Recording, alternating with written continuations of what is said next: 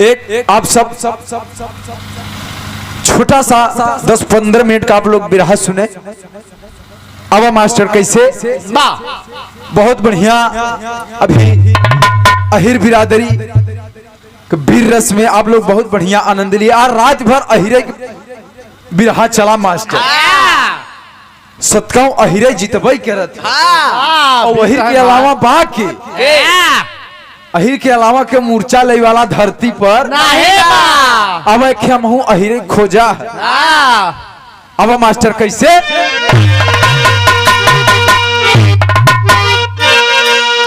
हाय मोर राम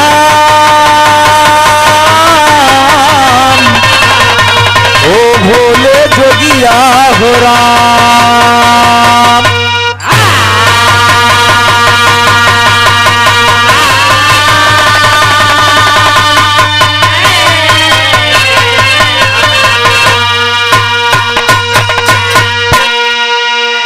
अहिर बनिया पंडित विद्वान प्रयागराज करे चले स्नान। तीनों साथी अपने घर से खाए पिए के लई है समान। लाइट वाले भाई ध्यान देके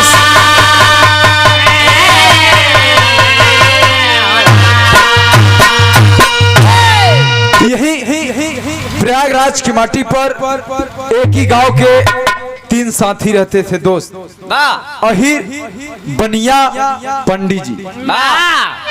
तीनों लोग एक ही गांव के और रहते थे। और प्रयागराज हमारे कुंभ मेला में तीर्थ स्थल नहावन चल रहा है मास्टर। तीनों साथी सोचे कि यार 30-40 साल उम्र बीता चाहता, चली प्रयागराज कुंभ में स्नान कर लिया जाए, कुछ तो पाप कट जाए। तीनों साथी कहे चला, अगर विचार बात अच्छा चली कहा हाँ चला। कहे यार देखा अपने अपने घर से रास्ता तो बड़ा दूर है बा, अच्छा कुछ खा पिए के इंतजाम कह मान ला 1 दिन 2 दिन लग सके। तो वहां समय पहले पैदल का जमाना रहा, बाबूजी गाड़ी घोड़ा तो रहा नहीं। कहे ठीक बा। अहिर बनिया पंडित तीनों जने अपने अपने घर से जो रहा। अहिर दूध 5 लीटर भर लिए डब्बा में, और बनिया के दुकान में काजू किशमिश बादाम रहा। सोचे ना अपन 2 किलो ले चलब, जेबा में से खाते का खे निकल चलब। और पंडित जी सोचे कि आज हम जजमानी में 2-3 किलो चाउर दाल पाए है करे रहे, और ले चली वो हरे रास्ता में कतौ बाटी चोखा चावल दाल खवात सब अपने अपने घर से सामान लेके और चल दिए। करत कहा है स्नान करे चलत है। तो देवत भाव लगत हमारे चल कैसे करई भी ने असननवा चले। देखा कहानी ध्यान दे बाबूजी, हास रस कहानी बा, बड़ी अच्छी कहानी बा। एक पूज्य गुरुदेव भगवान स्वामी जी भी कभी कभी सत्संग में बोलते हैं।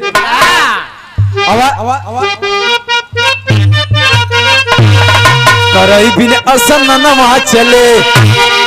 देखा ये हमारे पिताजी के बिरहा जगत में एक अलग पहचान बना।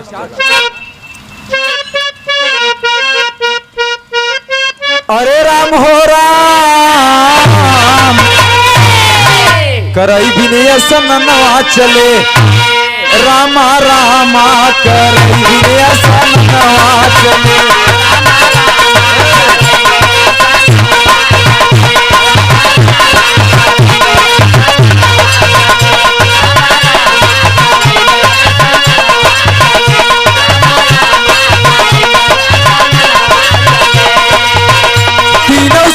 अपने घर से ना हो तीनों साथी अपने ना, तीनों साथी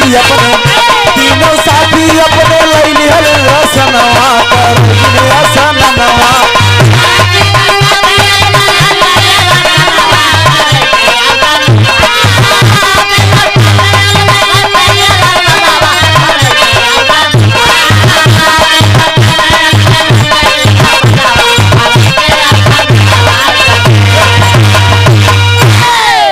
साथी अपने घर से लैली हलेन रसनवा करई भी नहीं सननवा चले।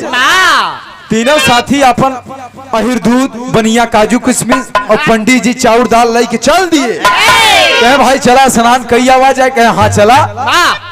जब जाते जाते कुछ दूर हो गए 10-20 किलोमीटर जब आगे बढ़े तो भूख लग गई। जब घड़ी में देखे तो 12 बज गया। कहीं अरे बाप रे, अब भूख कमारी जान जावा चाहता पैदल का रास्ता रहा बाबूजी। आए है बाबूजी।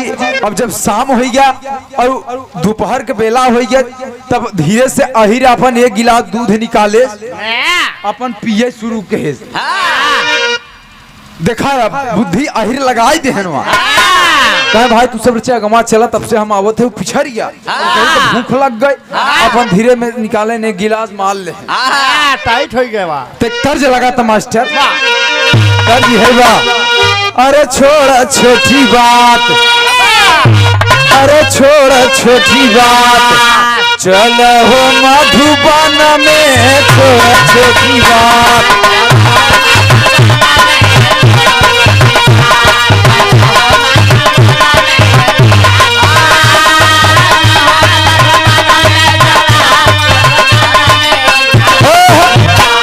चलो मधुबन में छोड़ छोटी बात।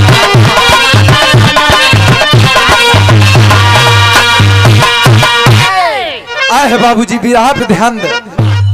तर्ज रहा छोड़ छोटी बात, चलो हो मधुबन में। लेकिन यार देखा अब धीरे धीरे बनिया सोचे करे है इतना यादव जी दूध पियत है। धीरे से अपन पैकेट में से एक काजू निकाले और खा चला जात है। अरे बनिया अच्छा नहीं काजू, अरे बनिया अच्छा नहीं काजू, और दूध पियता जवानवा बनिया अच्छा नहीं काजू।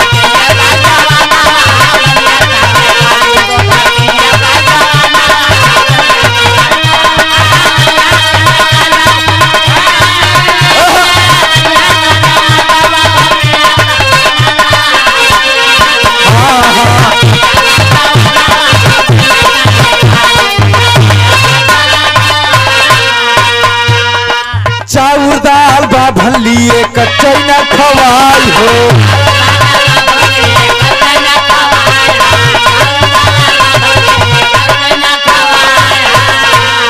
थकी गईले बाभन रास्ता चला नहीं जाय हो।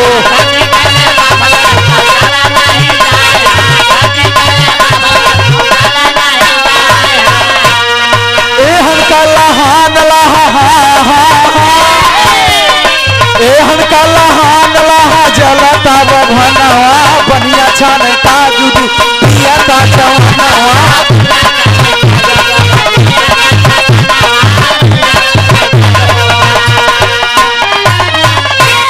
आए है बाबूजी आगे आगे पंडित जी और बीच में सेठ जी और सबसे पीछे यही। अब जब पीछे पंडित जी देखे कहीं अरे इनका पछड़ा जात हैं और देखा था तो धीरे धीरे अपन लहाए कहीं भाई इका करत है। कहीं यार पंडित जी अब हमारे भूख लग गए, माँ खराई मारा। कहीं भाई तो ले कहा कहा भाई काजू किशमिश बादाम ले आई। देखा अपने दुकान से हम अपन व्यवस्था कई के निकल आ रहे। और कहीं तू का यादव जी कहे भाई दिखाया 5 लीटर दूध लटकाए है अपने बोतल में। कहे यार तुहार सबको तलहान लग गया और हम चाउर दाल ले आए झूरे कैसे खा। इत चबाहू ला नहीं बा। अब बाभन देखा, बाभन बहुत चला के दिखाया। पंडित महाराज है तो नाराज मत है, यूं जबाने कहानी बतावत है। अब पंडित जी लगे दिमाग लगावे करे है। इधर दोनों मिले अपन लहान लहाई लेन बजे हम ही भर। अच्छा अब पहुंचत पहुंचत जाते जाते शाम हो गया। देखा था तो 6 बज गया।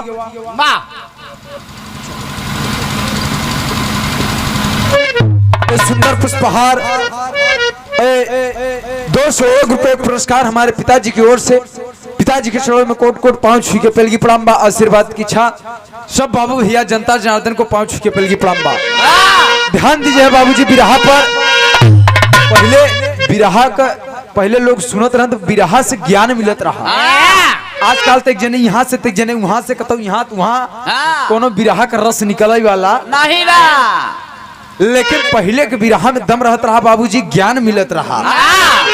देखा बिरहा के रिजल्ट का निकलत है। शाम हो गया 6 बज गया।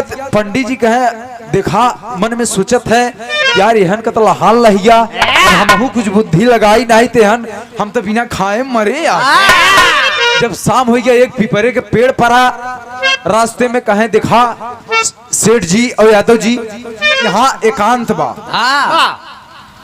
अब देखा यही विश्राम किया जाए रात भर।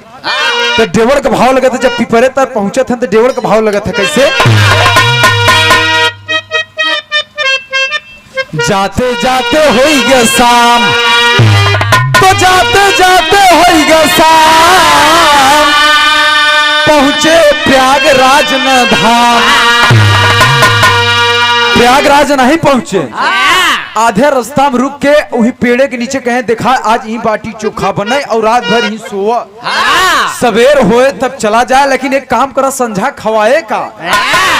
कहे देखा यादव जी यह हम दाल ले है और चाउर, तो चाउर रहे तो दाल यहाँ समय महंगा बा और यही बेच के का ले आवा बतावत का है। करई भी नहीं ऐसा ननवा चले, दलिया बेच के मीठा लावा यही जवनवा, करई भी नहीं ऐसा ननवा चले।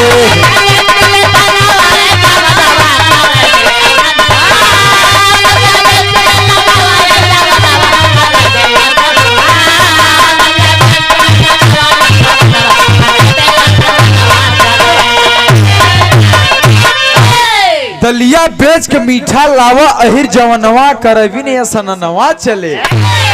पंडित जी अपन बुद्धि लगाई दिए, कहे देखा तू दूध ले है और ये काजू किशमिश बादाम ले है और हम देखा चाउर ले है दाल ले है, तो दाल ऐसा कर चाउर रह दे और दाल तू बेच के यहाँ में कहे देखा तू सेठ है तुम्हारे दुकान में दाल कैसे किलो बा। सेठ जी कहे 140 रुपया किलो, यहाँ में बढ़िया रहरी दाल बिकता है यार, तो बड़ा महंगा बा। कहे देखा चाउर और बढ़िया दूध बा, बढ़िया बनाई खीर, खाली चीने भर नहीं बा। एक काम करा बगल में चला जा दुकान बा और यह दाल बेच के और कुछ पैसा लेके आधा चीनी ले ले और कुछ ऊपरी इन्हें खे कोहारे कैसे मेटी प्रजापति के यहाँ जाए के ले ले, अब बन जाए राजा खीर और रात भर खवाए, तब चाप के सवेरे स्नान करे दे। देखा बुद्धि लगा दे पंडित जी और वही भाई भोला भाला होबो करत है। ठीक बा पंडित जी और उनकर दाल लिए और चल दिए सेठ जी की यहाँ दुकाने पर बेचाए। कहे वह बेच के वह ले आई थे और चल दिए, यहाँ सारंगा का भाव लगा था मास्टर। अहिर बड़ा सरल स्वभाव को हो। अब याद सेठ जी कह दी है पंडित जी ते आप चल दी है यादव जी ले आओ, कान्हे पर लटकाए और जाए कि सेठ जी के यहाँ कहे भैया ये हमार दलिया ले ले, कैसे किलो बा, कहे 140 रुपया इसमें दाम बा। कहे तब कहे हाँ ले ये हमार दाल बहन नहीं है बा, कुछ खराबी नहीं बा ले, ठीक बा और 140 रुपया में हमें 50 रुपया किलो चीनी दे दिए। कहे ठीक बा 1 किलो चीनी ले लिए और जो पैसा बचा ले लिए। कहे अब एकर कहा ले आई, कहे अब चली कोहारन के लगे थे, यहाँ सारंगा का भाव लगा था कैसे, तर्ज है बा पहले गवैया लोग गावत रहे, अरे मैया कहे की बिटिया तो है नियरे भी है बई हो, बाबू कहा थे बड़ी दूर हो। कुछ यही के बदल के गाए, और झझड़े मड़ुआ जिन छवई है बाबा हो, लगी है सुरुजुआ के घाम हो। यही कि हमारे पिताजी रच के बदल दे कहीं के तनऊ सजाल बिटिया के तनऊ सजाल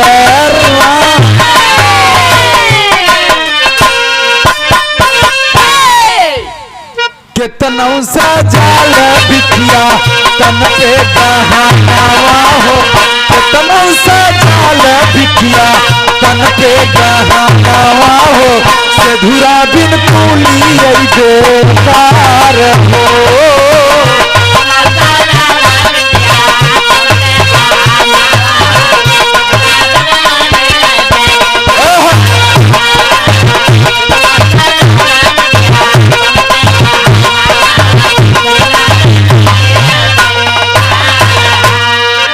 गाने का बहार आ, लेकिन गाने का अर्ज क्या है? अरे दलिया बेचता यहीरा बनिया दुकनिया हो, दलिया बेचता यहीरा बनिया दुकनिया हो, चीनी ली है सिगठिया हो।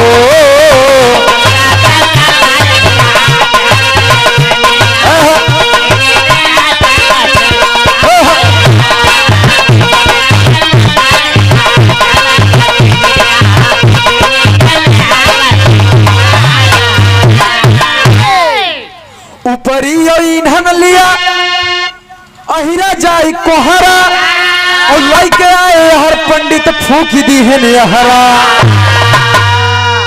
जब यादव जी जाई के प्रजापति के दुआरे कहे भैया खिमेटी दे दे, ठीक बा, और कुछ ऊपरी ईंधन के यादव जी जुगाड़ कर दे। यार पंडित जी सेठ जी मजा लेते हैं बैठ के, और यादव जी बेचारा अपन हुकुम पाए जाई के अपन दुकाने से और प्रजापति जी के द्वारे से अपन ऊपरी ईंधन के जुगाड़ कई के और पहुंच गए लई के कहला पंडित जी बढ़िया खीर बनावा। और पंडित जी खावे में लालची होते बढ़िया यार, तब से पंडित जी हरा हरा फूक दिए बढ़िया खीर बनाई दे।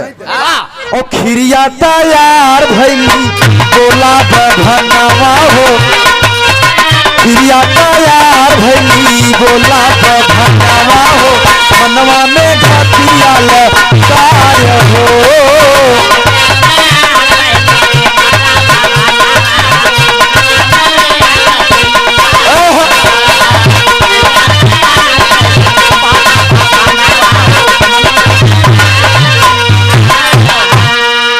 बाबूजी पहले कहानी के समझ ले आए हर यादव जी और खीर बनाई लगा। जब तैयार हो गए, जब महा के आई पंडित जी के नेकुरा में है यार खीर तो बड़ी टाप बनी बा लगा। कहा देखा पंडित महाराज बड़ा खावे में लालची होते, खुशबू अब वो अपन दिमाग लगावे लगे कि अगर पूरा खीर अगर अकेले हमें मिल जाए तो मजा आ जा, तो मजा आई जाए। देखा अपन बुद्धि लगावे लगे। अब सोचत है पंडित जी कौन बुद्धि लगाई कि कुल खीर हमें अकेले खा जाए। अब यादव जी बेचारा भोला भाला उस तो सोचे 3 भाग होए, और बनियों के दिमाग नहीं काम करता, बनियों ललची आते हैं कि आधा हमहू के मिल जाए तो ठीक रहा। माने दोनों के विचार रहा कि हम है खाई ले अहिर के ना रहे। अहिरा बेचारा चुप मार के बैठा बा के वह पकता तैयार। और पंडित जी सोचत हन कैसे हमें अकेला मिल जाए। और जब बनी उनके तैयार भत सोचन पंडित जी का वहीं बंटवारा करब तो 3 हक होए। एक काम ऐसा करे कह देखा खीर तो बड़ी बढ़िया बनी महकत वकत बड़ा मस्त बा, लेकिन एक काम कर खीर बासी बड़ा बढ़िया आवत है, खीर ताजा नहीं अच्छा लगत है। जितना बढ़िया बासी खीर आवत है उतना बढ़िया यादव जी ताजा खीर नहीं आवत। देखा बुद्धि लगाई दे पंडित जी, देखा रात भर एक रख दे, और जब सवेरे उठा जाए नहा धो के तब बढ़िया खा पी के तब चला जाए स्नान करे। अहिर सोचा कहे ले तू सब यहाँ बैठा कितना 2 किलोमीटर हम पैदल ही गए, और इतना हम चरौरी कई के दाल बेच के मीठा लियावा, कोहार के यहाँ से हम मेटी लियावा, चूरवा बनवा पकवा खुद तैयार किया, कहा था सवेरे खवाए। इसे बढ़िया माँ दूध हो ठीक रहा 2 लीटर पी ले हम सवेरे तक गच्चे हो जाए। अब वहाँ खवाए कहीं नहीं, अब वहाँ न खवाए सवेरे खवाए, लेकिन एक शर्त बा वो सवेरे खवाए कब? एक शर्त बा। कहे भाई शर्त? कहे हाँ। अब शर्त बतावत है पंडित जी, देखा अपन बुद्धि लगावत है। एक तर्ज लगत है मास्टर दिखाई माँ इलाहाबाद के रसिया कलाकार स्वर्गीय जनाब हैदर अली जुगनू जी के गावत रहे। आज पूरी गीत हिट हो गया, डीजे में बजाता कहते हैं हमार गीत है। स्वर्गीय जनाब हैदर अली गुरु जी गावत रहे। कैसे? ठकोरा मारे झूलनी। देखा इलाहाबादी तर्ज अलगमा मास्टर। अरे राम झकोरा मारे झूलनी, अरे राम झकोरा मारे झूलनी, हाय साड़ी लहरा हो झकोरा मारे झूलनी, साड़ी लहरा हो झकोरा मारे झूलनी, साड़ी लहरा।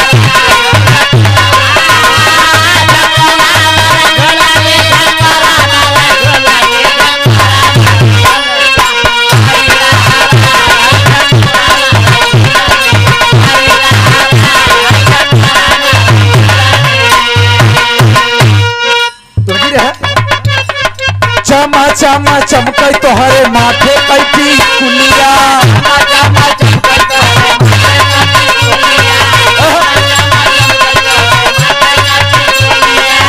हे बात मार तोहरे ओठावा के ललिया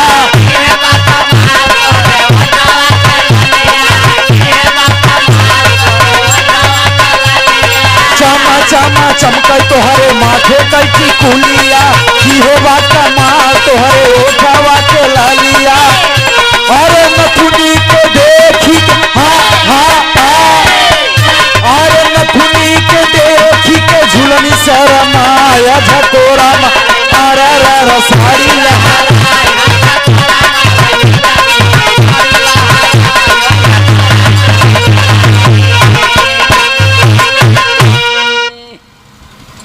इधर स्वर्गीय जनाब हैदर अली गुरु जी गावत रहे लेकिन गाने का भाव बा इत तर्ज है लेकिन गाने का भाव बा अब यादव जी से कहें देखा एक शिकार बनाए के खीर टंगवाई दिया और सवेरे खवाए आहिर कहा ले इतनी बड़ी मेहनत की हाथ चला ठीक बा जैसे हम पुआस करब वैसे तो हम सब तो पुआस कर आहिर संतोष कर लिया कहे ठीक बा अब बाभन देखा दिमाग लगाई दे अरे सिकहर बना के पंडित अरे सिकहर बना के पंडित खीर टंगवावा सिकहर बना के पंडित खीर टंगवावा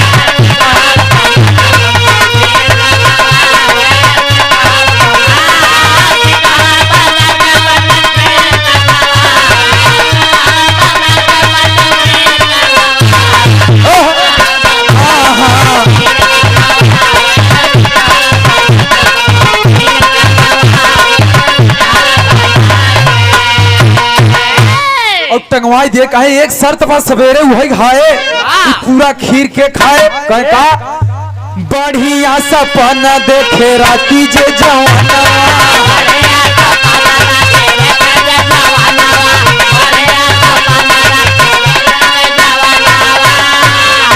वही सब खीर कुल करी है भोजनवा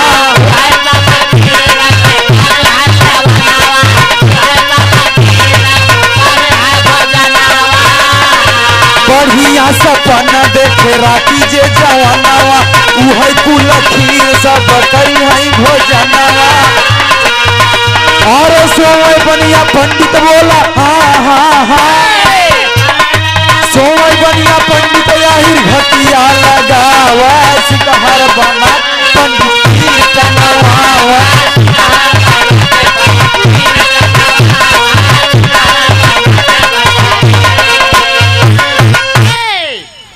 पंडित जी बोल गया देखा सवेरे वह खीर खाए जब बढ़िया सवेरे सोच जा और जब बढ़िया सपन देख के उठे जेकर सबसे बढ़िया अपन अपन सपन बताऊबे अगर जेकर बढ़िया सपन रहे वह पूरा खीर खाए पंडित सोच गया हमसे बढ़िया के सपन देखे हम ना दो खीर अब तो झूठा ही रेल दे अब अहिर का है देखा अहिर के शंका हो या कि लागत है अपन बभनाई बुद्धि ठीक बा कहा चलो ठीक बा सेठ जी अपन सोए और पंडित जी सोचा था ना बढ़िया उठब तो बढ़िया सपन उपन अपन राते सोचे रहन का बताओ कि बा और अहिर कहा ठीक बा रुके वह कथरा में से झांकत रहा कहे रुको ससुर हरे तो हऊ से बड़ा हम चलाक है इतना मेहनत किया कहा था सवेरे खवाए वो जो बढ़िया सपन देखे पता लगी हम सपना देखा तब तो हम के हरव कन भय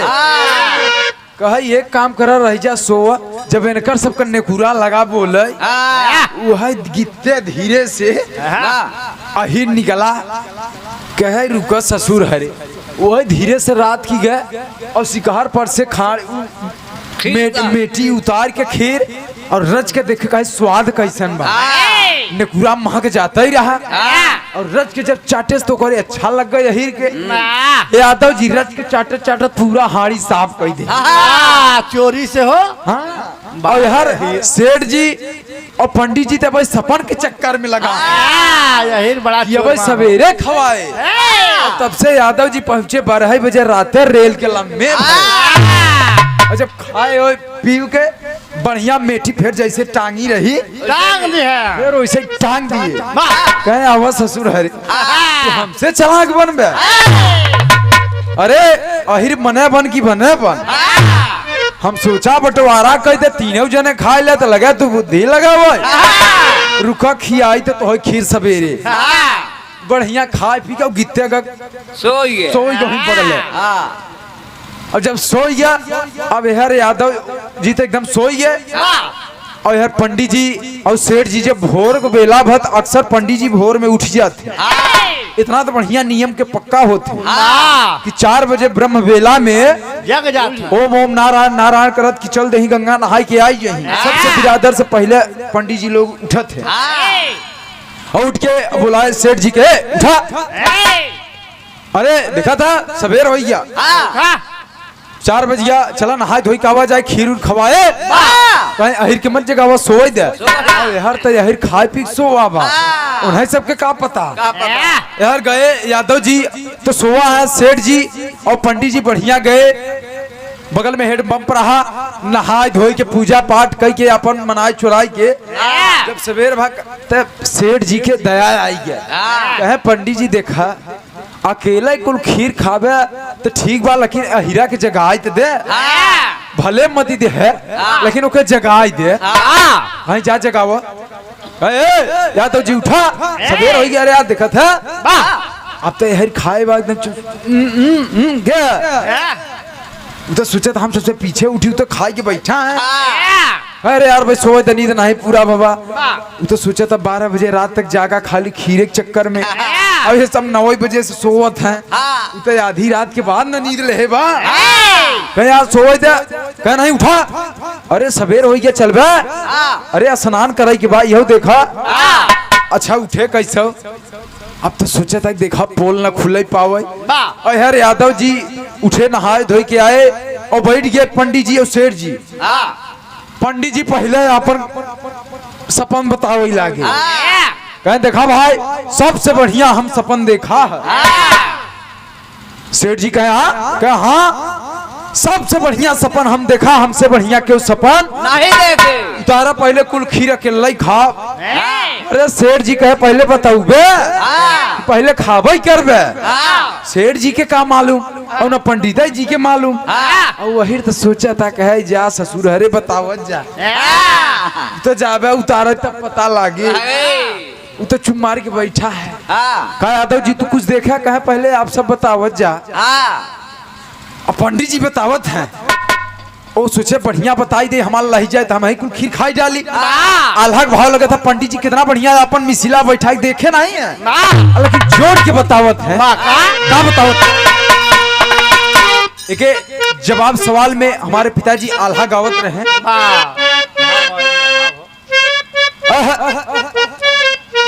कहें बाबू का मराना वहाँ दीनायक हीरा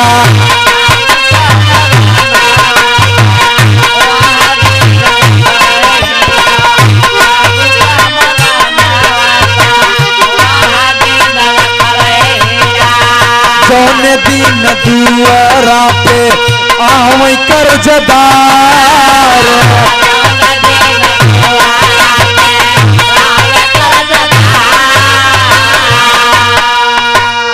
बाबूजी नोट के है बाबूजी का मरद तब खरत है जैसे बेटवा कर्जदार ले लेस कर्जा ले लेस केहू से अगर नहीं दे सके तो कर्जदार दुआरे आए के गट्टा पकड़ के कहते निकल हमार कर्जा दे नहीं घर द्वार बेच के हमार पैसे पूरा कर। अगर बाप बात कह दो पहले हमसे मूर्छा ल तब बेटवा वहां पकड़े बाद में अगर बाबूजी बाप नहीं बात तो कुल बोझा बेटवा के ऊपर आई जाते। और गाँव में माई का मराना वहाँ दीनायक हीरा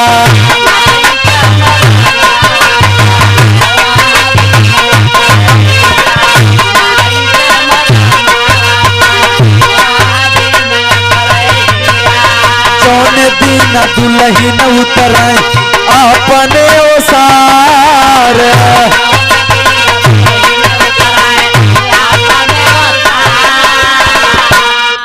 बाबूजी नोट के है माई का मरब तब खरत है जब बेटवा के बियाह होत है, जब दुल्हन नैहरे से जब ससुरे में उतारे के होत है, हाय हाय जेकरे महतारी नहीं है काकी दादी माई उतार दे ओकर बाद कुछ और बात जोन आपन महतारी आपन पुतो उतारे उ बात दोस्त कुछ और होत है।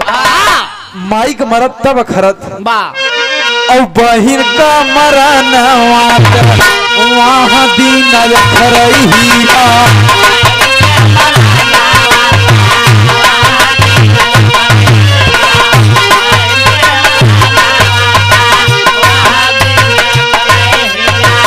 जौन दिन रखिया आवते वहार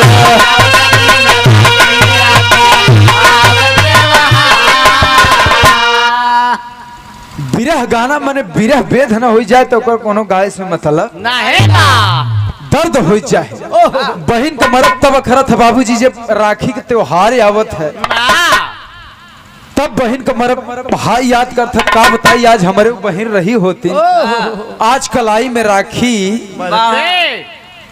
जब बहन नहीं रहती तब याद होता का बताई आज जब चार भाई जेकरे बहन है राखी बनवाए के निकलत है दुआरे से और जेकरे बहन नहीं तब ओकरे दर्द होता का बताई आज हमारा बहन रही होती आज हम राखी बनवाई के चले और भाई का मरन वहाँ दीना खरई भैया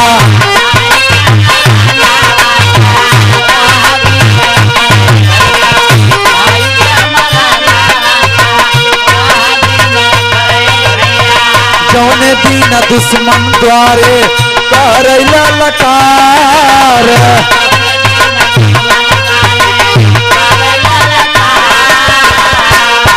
भाई का मरब तब खरत है जैसे 4 भाई 10 भाई हैं और जो अकेले हैं कोनो बात होई के दुआरे गोजी पटक दें दौड़ निकल बाहर तब भाई का मरब याद होता का बताई आज हम 4-10 भाई रहा होई आज हमारे दुआरे ऐसे ललकार के न चला जाता भाई का मरब तब खरत है जब अकेले भाई कतौ लड़त है तब बाबू रामदेव गुरुजी गाय रहन की उदल बिन समरमे के पुजाई बहिया जब बज गए तब भाई के याद कहे रहा आए है 4 लाइन सवाल और जवाब रहा लेकिन यार पंडित जी देखा बिरहा में ध्यान दल निचोड़ निकले वाला कहानी का मूल कहानी यहीं पर देखें। अब पंडित जी अपन सपना बतावत है कहीं गईले कैलाश पावा शिव का दर्शनवा बाबू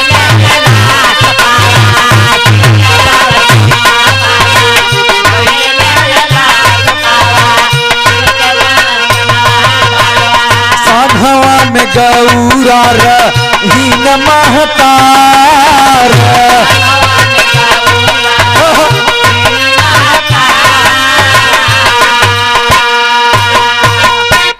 कहे पंडित जी कि देखा कुल अकेला खीर खाब हम गए कैलाश पर्वत पर और वहाँ माता पार्वती शंकर भगवान के चरण दबावत रहे। अब ऐसे बढ़िया कौन सपन हो सकत है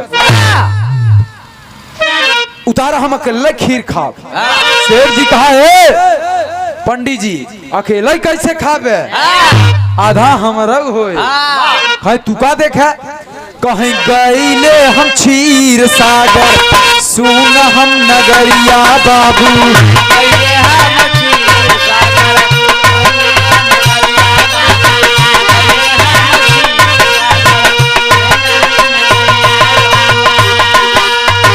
विष्णु का चरण दबावे महतार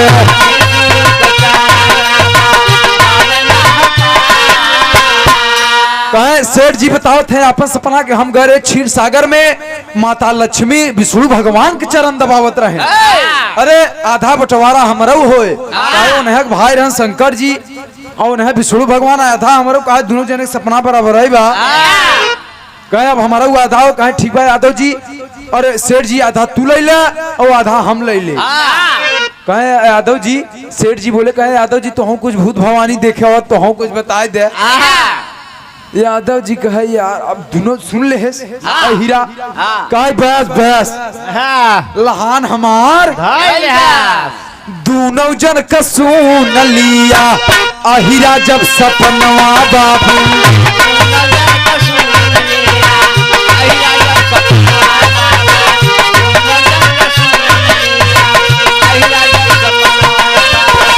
आपन तब हालिया बतावल लकार।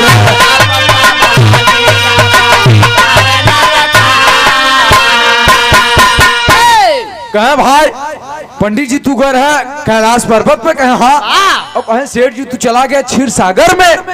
कहे हाँ। कहे भाई अरे बाप रे बाप रे बाप रे, बतावा तू सब हमें अकेला यहाँ छोड़ के और कैलाश और क्षीर सागर टहरत है? अरे बाप रे बाप रे, तब हम रात भर को हरावत रहे, तू सब नहीं बोले। कहाँ को हरावत रहे? कहे रैजा बतावत है, कहे अही देखा, कहे हम कौन सपना देखा ही बतावत अही। यार तो खाए पी मस्त बा, खड़ी के भाव लागत मास्टर। अरे अब ना मिले हो दादा, अब ना मिले भाई, अब ना मिले। अरे नेनुआ का तरकारी अब ना मिले।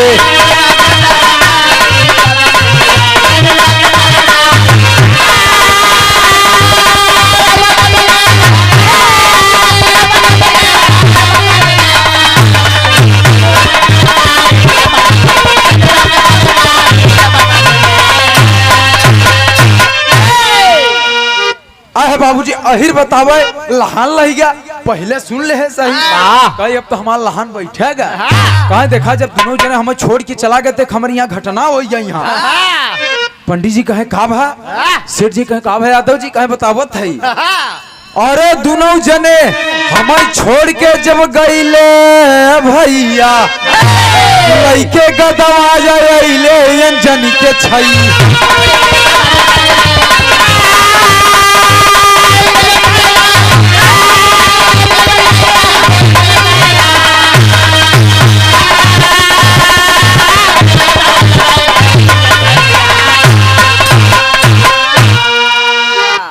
गदा सोए में मारे जबरी खीर खियाई, और बहरावत हम मर गए, क्यों ना हमें बचाई। अरे डर कमारी सारी खिरिया खावा भैया, गैला क्षीर सागर के भावनवा सुना हो भैया। कहे भाई दोनों जने जब क्षीर सागर टहरत है कैलाश पर्वत पर हमें छोड़ के, और यार अंजनी हनुमान जी हमें यहाँ के दू गदा सोए में मारे। अकेला यहाँ खीर टंगी बा शिकार पड़ता ही सोवत है। कहे डर कमारी कुल हम खीर खावा है। तब पंडित जी का कहे सपना हो कि सही ही खाए थे? कहे नहीं हम सही बताओ, तो हार सबका सपना गलत हो सका था, लेकिन हमारे नहीं। अब तो सेठ जी के लगा था कि सपना ही बताओ। पंडित जी के दिमाग सनक कह रहे ए सेठ जी पहले शिकार पे दौलत में खिरिया बा की सही काट दे। आप पंडित जी दौड़ के जब शिकार ऊपर आ रहा था, अरे हे हमार सबका सपना कुल बेकार हो गया। हम सब कैलाश ही दौलत रह गए, असली मजा तो यही मान ले। अरे राम हो राम, सेठ जी कहे ले और बढ़िया सपना खोजे, ले और बढ़िया सपना खोजे। हरकत रहे संजय बंटवारा कैले। कहे यार का बताई, हम सोचा सबसे बढ़िया सपना हमें केला खावा चाहते। कहे तू हमें बेखुद समझत है, इतना दूर से हम गए लई आवा बेच के तोहार हम ऊपरी इन्हन का जुगाड़ किया, और कहा था बंटवारा खैले भूख लाग बाद कहा था सवेरे खवाए खा जा, हमार गलती नहीं बा। अब जाओ ये हनुमान जी से मिले। अरे हम बोलावत रहे तू सब मिलबे नहीं, कहत हम का करी। आज जब कैलाश पर्वत पे क्षीर सागर पे न होता हमें बचाई न लेते, हमार कोनो दोष नहीं बा। हम डर कमारी दुई गदा जब पावा अकेला ही कुल खावा था, हमार कोनो दोष नहीं बा।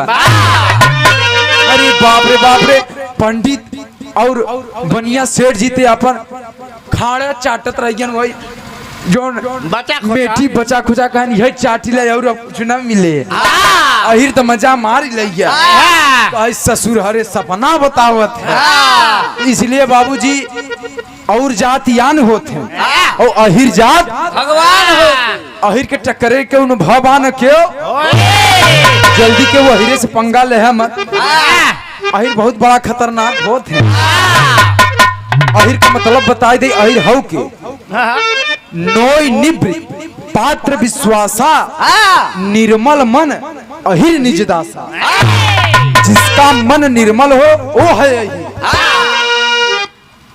अहिर कोई जात बिरादरी वाला अहिर नहीं जिसका मन निर्मल है वो है अहिर है बाबूजी तो अहिर शुद्ध होवो करत है 70 बाभन 30 फकीर हमारे पिताजी बिरहम बतावा करत है कि 70 बाभन 30 फकीर सबसे उत्तम एक अहिर 70 ठे बाभन खियाले 30 ठे फकीर उतना फल न मिले लेकिन एक अहिरे को खियाले ओकर चौगुना फल ले ले तो देखा अहिर बुद्धि लगा लिया खाई हो के रेडी हो गया पंडित जी और सेठ जी देखता ही रह गए कहे चला भाई आज हमार सपना कहाँ साहित हम शर्त रखा हारी मान के और आए प्रयागराज स्नान करे विदे फिर सुबह चल दिए कहानी समाप्त की गई खाए पी के मस्त भा कहे ससुर हरे नहीं काम से पंगा ले अब गुरु घराने का परिचय महाबली गुरुपंचम मक्खन राम धार पुजारी प्यारे लल्लन कलम चलाए और सींच गए फुलवारी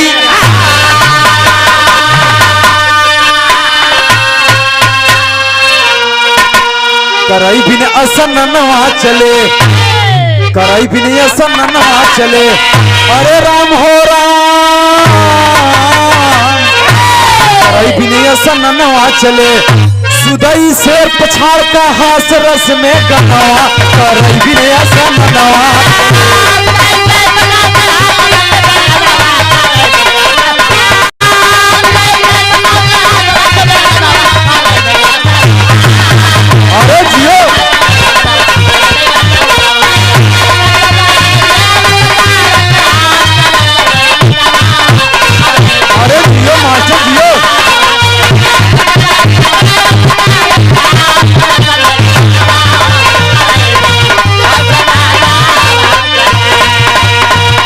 मोरे रामा हो बोलिए सच्चे दरबार की बोलिए सतगुरुदेव भगवान की